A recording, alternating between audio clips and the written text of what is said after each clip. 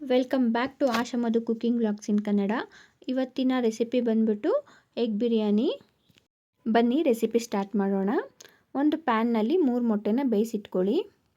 ಮತ್ತೆ ಒಂದು ಬಾಣಲೆ ತಗೊಂಡು ಅದಕ್ಕೆ ಸ್ವಲ್ಪ ಎಣ್ಣೆ ಹಾಕಿ, ನಾನಿಲ್ಲಿ 2 ಮೊಟ್ಟೆ ತೊಗೊಂಡಿದ್ದೀನಿ. 2 ಮೊಟ್ಟೆನೂ ಒಡೆದಾಕಿ ಚೆನ್ನಾಗಿ ಫ್ರೈ ಮಾಡ್ಕೊಳ್ಳಿ. ಇದು ಬಿಡಿ ಬಿಡಿ ಆಗಬೇಕು, ಆ ರೀತಿ ಚೆನ್ನಾಗಿ ಫ್ರೈ ಮಾಡ್ಕೊಳ್ಳಿ. ನಾವು ಎಗ್ ಬುರ್ಜಿಗೆಲ್ಲ ಯಾವ ರೀತಿ ಫ್ರೈ ಮಾಡ್ಕೊತೀವಲ್ಲ ಆ ರೀತಿ ಚೆನ್ನಾಗಿ ಫ್ರೈ ಮಾಡ್ಕೊಳ್ಳಿ.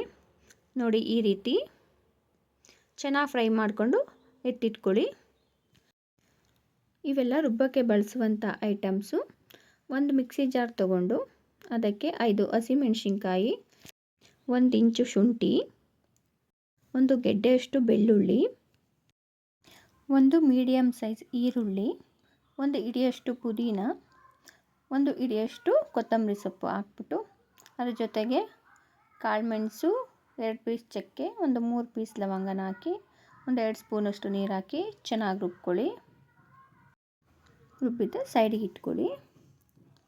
ಈಗ ಒಂದು ಕುಕ್ಕರ್ ತಗೊಂಡು ಅದಕ್ಕೆ ಸ್ವಲ್ಪ ಎಣ್ಣೆ ಹಾಕಿ ಪಲಾವ್ಗೆ ಹಾಕುವಂಥ ಐಟಮ್ಸ್ ಎಲ್ಲ ಹಾಕ್ಕೊಳ್ಳೋಣ. ಪಲಾವ್ ಎಲೆ, ಮರಾಠಿ ಮೊಗ್ಗು, ಕಸ್ತೂರಿ ಮೇಥಿ, ಏಲಕ್ಕಿ, ಅನಾನಸ್ ಹೂವು, ಜಾಪತ್ರೆ ಹಾಕ್ಕೊಂಡು ಫ್ರೈ ಮಾಡಿಕೊಂಡು ಆಮೇಲೆ ಸ್ವಲ್ಪ ಈರುಳ್ಳಿನ ಹಾಕ್ಕೊಂಡು ಫ್ರೈ ಮಾಡ್ಕೊಳ್ಳೋಣ. 1 ಮೀಡಿಯಮ್ ಸೈಜ್ ಈರುಳ್ಳಿ ತೊಗೊಂಡಿದ್ದೀನಿ ನಾನಿಲ್ಲಿ. ಆಮೇಲೆ ಸ್ವಲ್ಪ ಪುದೀನ ಹಾಕಿ ಚೆನ್ನಾಗಿ ಫ್ರೈ ಮಾಡಿಕೊಂಡು 1 ಮೀಡಿಯಮ್ ಸೈಜು ಟೊಮೊಟೊನ ಹಾಕ್ಕೊಂಡು ಸ್ವಲ್ಪ ಮೆತ್ತಗಾಗೋವರೆಗೂ ಫ್ರೈ ಮಾಡ್ಕೊಳ್ಳೋಣ. ಆಮೇಲೆ ರುಬ್ಬಿಟ್ಕೊಂಡಿದ್ವಲ್ಲ ಮಸಾಲ, ಅದನ್ನು ಹಾಕ್ಬಿಟ್ಟು ಚೆನ್ನಾಗಿ ಫ್ರೈ ಮಾಡ್ಕೊಳ್ಳೋಣ. ಇದು ಹಸಿ ವಾಸನೆ ಹೋಗೋವರೆಗೂ ಫ್ರೈ ಮಾಡ್ಕೋಬೇಕು. ಸೈಡಲ್ಲೆಲ್ಲ ಎಣ್ಣೆ ಬೀಳುತ್ತೆ, ಆ ರೀತಿ ಆಗೋವರೆಗೂ ಫ್ರೈ ಮಾಡ್ಕೋಬೇಕು. ನೋಡಿ, ಈ ರೀತಿ. ಆಮೇಲೆ ಒಂದು ಅರ್ಧ ಸ್ಪೂನಷ್ಟು ಖಾರದ ಪುಡಿ, ಮತ್ತು 1 ಸ್ಪೂನಷ್ಟು ಧನಿಯಾ ಪುಡಿ, ಸ್ವಲ್ಪ ಬಿರಿಯಾನಿ ಪೌಡರ್, ಸ್ವಲ್ಪ ಅರಿಶಿನ ಪುಡಿ ಹಾಕಿ ಚೆನ್ನಾಗಿ ಫ್ರೈ ಮಾಡ್ಕೊಳ್ಳೋಣ. ಆಮೇಲೆ ಒಂದು ಅರ್ಧ ಕಪ್ಪಷ್ಟು ಮೊಸರು ಹಾಕ್ಕೊಂಡು ಚೆನ್ನಾಗಿ ಫ್ರೈ ಮಾಡ್ಕೊಳ್ಳೋಣ. ಆಮೇಲೆ ಇವಾಗ ನಾನಿಲ್ಲಿ 1.5 ಕಪ್ಪಷ್ಟು ರೈಸ್ ತೊಗೊಂಡಿದ್ದೀನಿ. ಸೊ ಅದಕ್ಕೆ ನಾನು 2.5 ಗ್ಲಾಸಷ್ಟು ನೀರನ್ನು ಹಾಕ್ಕೊಂಡಿದ್ದೀನಿ.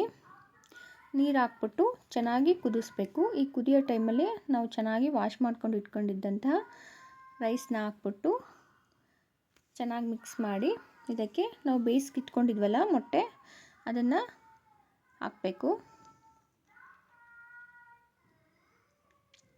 ನೋಡಿ, ಈ ರೀತಿ.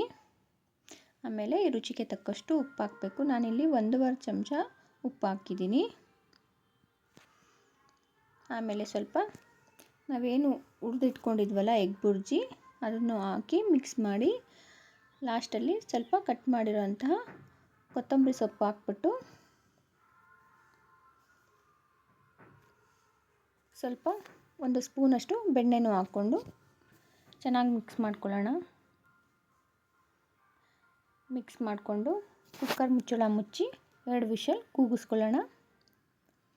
ಕುಕ್ಕರ್ ಕೂಗಿ ತಣ್ಣಗಾಗಿದ ಮೇಲೆ ನೋಡಿ ಬಿರಿಯಾನಿ ಯಾವ ರೀತಿ ಬಂದಿದೆ ಅಂತ.